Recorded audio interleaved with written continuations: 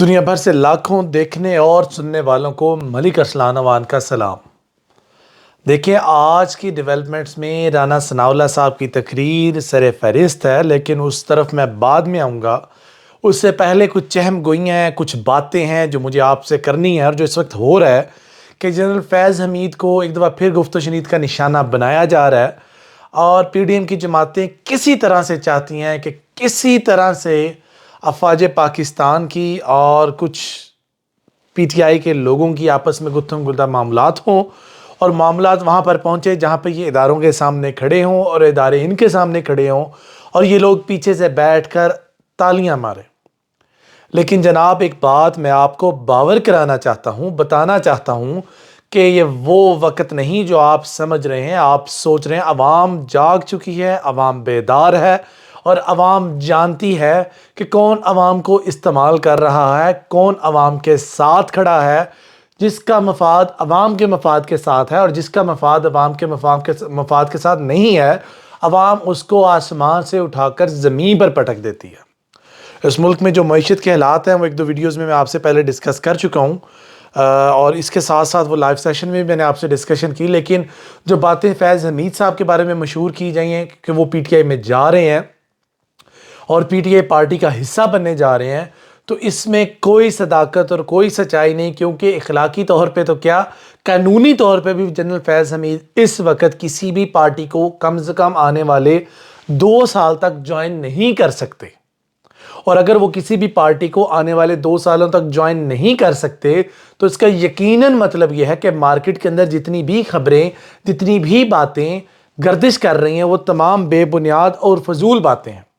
نہ ان باتوں کا کوئی پاؤں ہے اور نہ ہی ان باتوں کا کوئی سر ہے، لہٰذا ایسی باتوں پر کان نہ دھریں۔ اب میں بات کروں گا رانا ثناء اللہ صاحب کی، کہ رانا ثناء اللہ صاحب کہہ رہے ہیں کہ ہم الیکشن کے لیے تیار ہیں، اور ہم نے اپنی باڈی کو گورن کرنا شروع کر دیا ہے، پنجاب کے اندر اپنے کام شروع کر دیے ہیں، تو ہم الیکشن لڑنے کو تیار ہیں۔ تو میری رانا ثناء اللہ صاحب سے مؤدبانہ گزارش ہے کہ آپ پہلے اپنے گھر کے لوگوں سے مفاہمت کر لیں، ڈسکشن کر لیں۔ اسحاق ڈار صاحب ایک جانب میں کہہ رہے ہیں کہ ہم الیکشن نہیں کروا سکتے، اس کی بڑی وجہ یہ ہے کہ ہمارے پاس پیسے نہیں ہیں، اور آپ انٹیریئر منسٹر ہونے کے ناطے I am just considering you as interior minister, not a part of any political party at the moment. Interior minister اگر یہ بات کر رہا ہے تو اس کو علم ہونا چاہیے، انٹیریئر منسٹر اس ملک پاکستان کی سب سے سٹرونگسٹ آپ کہہ لیں وزارت ہے، اس وزارت کا بندہ یہ کہہ رہا ہے جی ہم تیار ہیں الیکشن لڑنے کے لیے۔ ٹھیک ہے، آپ الیکشن لڑیں، پر ایک طرف سے آپ چٹکیاں کاٹ رہے ہیں اور دوسری طرف سے آپ کہہ رہے ہیں ہمیں اپنی ماسی بنا لو، ہمارے ساتھ بیٹھیں، ہمارے ساتھ معاملات طے کریں۔ ایسے نہیں ہوتا۔ ایک طرف آپ پی ٹی آئی کے لوگوں پر ایف آئی آرز لانچ کروائی جا رہے ہیں، دوسری طرف آپ کہہ رہے ہیں کہ ہم آپ کے ساتھ ہیں، ہمیں تھوڑا سا ٹائم دے دیں۔